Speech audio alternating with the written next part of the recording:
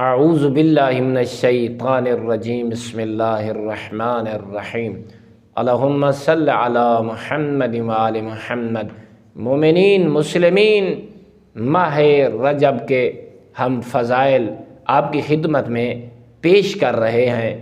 دیکھیں، امام جعفر صادق علیہ السلام ارشاد فرماتے ہیں کہ رسول اللہ صلی اللہ علیہ وآلہ وسلم نے ماہ رجب کو اپنی امت کا مہینہ اس لیے بھی قرار دیا ہے کہ ماہ رجب مغفرت کا مہینہ ہے، استغفار کا مہینہ ہے۔ اس ماہ میں کیونکہ اللہ اس ماہ کو اپنا مہینہ قرار دیتا ہے، اس رجب کے مہینہ میں میری امت پر اللہ زیادہ کرم نازل کرتا ہے، زیادہ لطف نازل فرماتا ہے۔ میری امت کو چاہیے کہ اس رجب کے مہینے کو پائے تو اس میں طلب مغفرت زیادہ کرے۔ کیوں؟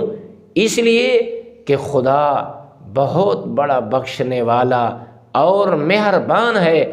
اور یاد رکھنا، پھر آقا یہ بھی فرماتے ہیں کہ یہ جملات زیادہ سے زیادہ مغفرت کے طور پر، استغفار کے طور پر اللہ کی بارگاہ میں رجب کے ماہ میں زیادہ اپنے زبان پہ مومن کو، علی والے کو، اہل بیت اطہار علیہم السلام کے چاہنے والوں کو زیادہ جاری رکھنے چاہیے۔ وہ چھوٹا سا جملہ ہے جو سکرین پر بھی موجود ہوگا، تو فرماتے ہیں یہ استغفر اللہ و اسألہ التوبہ، فرمایا اس طرح اللہ سے طلب مغفرت کریں۔